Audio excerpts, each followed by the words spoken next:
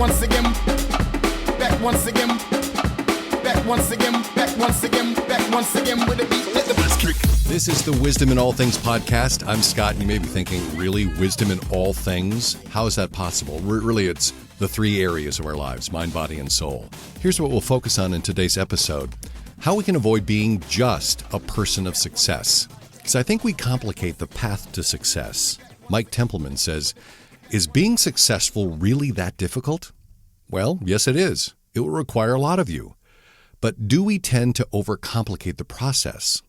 I believe they boil down to these 5 attributes, which when worked on individually, result in a successful outcome. We'll get to those 5 attributes in just a minute, but I want to pose the question, should we be a person of success or a successful person? Because do we really need any more successful people? Careful that you answer the right question, because I didn't ask whether or not the world needs more people that are successful.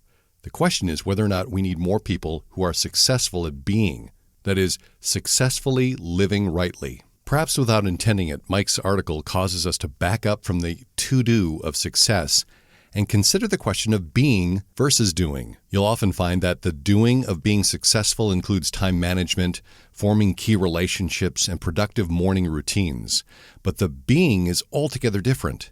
It becomes more about character traits than creative tactics. While Templeman's 5 attributes may in fact bring about success, they provide a thrust forward toward our being a successful person rather than just a person of success. And in order to properly address this question, something else in his article prompts us to grapple with is the definition of success. Rightly so, Templeman doesn't presume that we're all aiming at having the most or being the best. His broader definition seems quite appropriate: the accomplishment of an aim or purpose. In other words, we are not bound by the common interpretation of success, wealth, extravagance, but instead are encouraged to view this more broadly and meaningfully. What then should be our aim or purpose, and how can we avoid being just a person of success? Well, here's how I think we can go about being successful at being. First, it's about being, then doing. Who we are comes before what we do, and it necessarily begs the question, who are we? Answering this is a fundamental exercise in understanding who God has created us to be. Secondly, define success for you.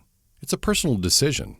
We stand accountable for how we define it, as well as how we get there.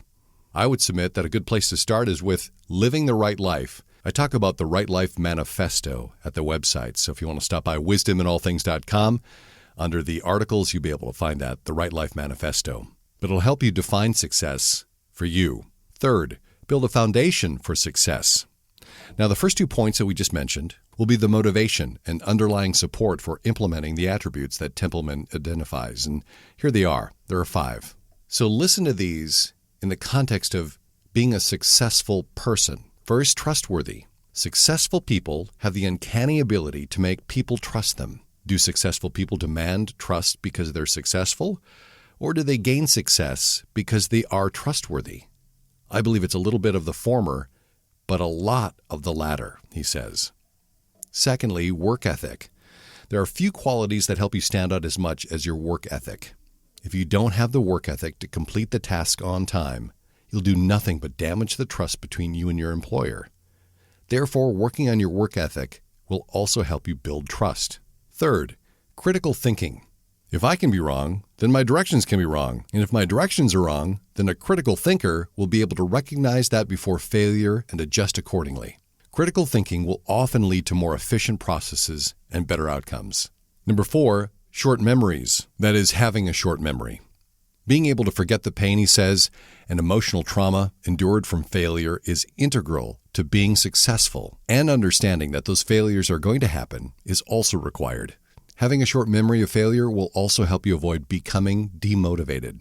And lastly, desire. There will be times, he says, when you have reached the end of your willpower and fear that you have nothing left in the tank to continue on. And when that happens, when everything seems to conspire to make you give up, it's the ones that have the greatest desire to succeed that will somehow go above and beyond their own capabilities and continue forward. 5 traits or attributes that can lead to being successful at being are trustworthy, your work ethic, being a critical thinker, having a short memory, and a strong desire.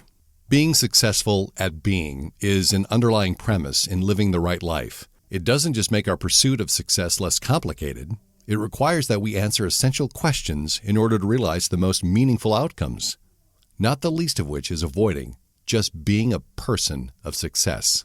If you'd like these episodes sent to you, I just need your email address. You can sign up at wisdominallthings.com.